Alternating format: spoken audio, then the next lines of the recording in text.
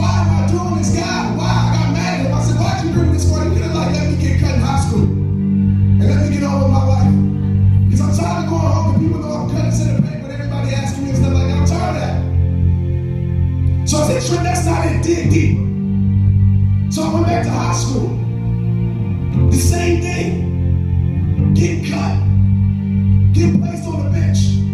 But fighting through an opportunity after opportunity that moved me forward. But it was crazy because every time I succeeded in high school, once I got to my senior year and I succeeded, I lost the people closest to me. My squad, my boys, became jealous of my life. And so I'm like, God, why give me more just to lose? And from that moment on, I associated every game with a loss. I became fearful to be successful. I became fearful to grow because I knew if I grow, I would have to lose people along the way. And that's hard when you lose people you truly care about. So I said, Trent, that's not it. Be real with yourself. Be a man and dig deeper. Get to this room. So I went back to my childhood. I had great parents. I also mom and dad had two older brothers that taught me everything. They taught me what to do and what not to do. But I always stood out. And I don't say this to put myself on a pedestal or a brag, but I always stood out because those two guys made me white today. In sports and school and everything else. They wanted me to be better than them. But every time people would come around, I always be about Trent. And I was scared that my brothers would start to envy me, be jealous of me, not to like me no more. So what did I do? I suppressed everything. I was teaching myself at a young age not to celebrate any accomplishment. And anything you suppress, I don't care what emotion it is, if you suppress it long enough, I promise you, it will turn into depression. I didn't want to make people feel uncomfortable. And even today, I'm talking about being humble. That's a different story. But I was like, overly humble.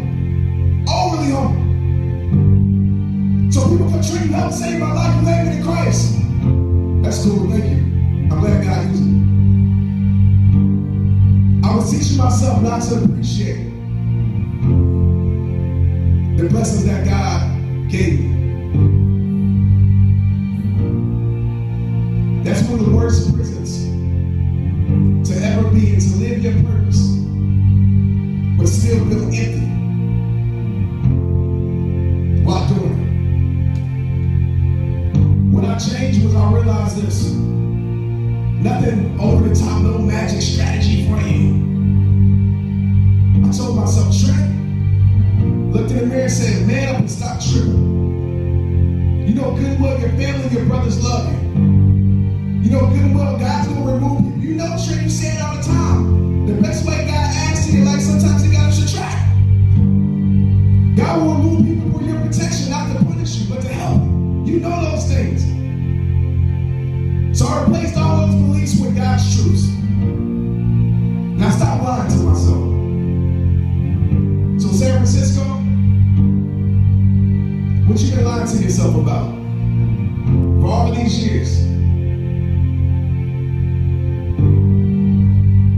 I'm not worth the relationship, I'm not worthy, I'm not beautiful enough. I'm a failure. What you been lying to yourself about? And we all do it at some point in time. What's keeping you in those chains? What's keeping you in that bondage? San Francisco.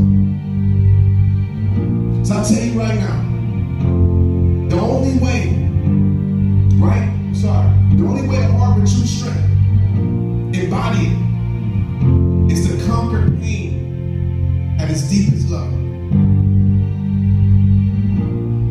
You gonna break the cycle tonight or what? You gonna break the cycle tonight or what? It's the moment from here that we move on and we live free and we realize we identify. Sometimes it might take you a week or two. I get it. But it's time for you to break that cycle that maybe your parents' generational curses that passed down from you. Maybe their parents didn't love your parents. And now they treat you a certain type of way. Those impossibilities people place in your life, that your parents sometimes place in your life. I'm glad I didn't have parents like that. They encourage me to do whatever God has called me to do. But sometimes, like, when it was impossible to them, they had placed those impossibilities in your life. But what they couldn't do, what they couldn't be, has nothing to do with what you can do. You don't have to follow that same cycle. Break it. Because your children, your friends, the people around you deserve better.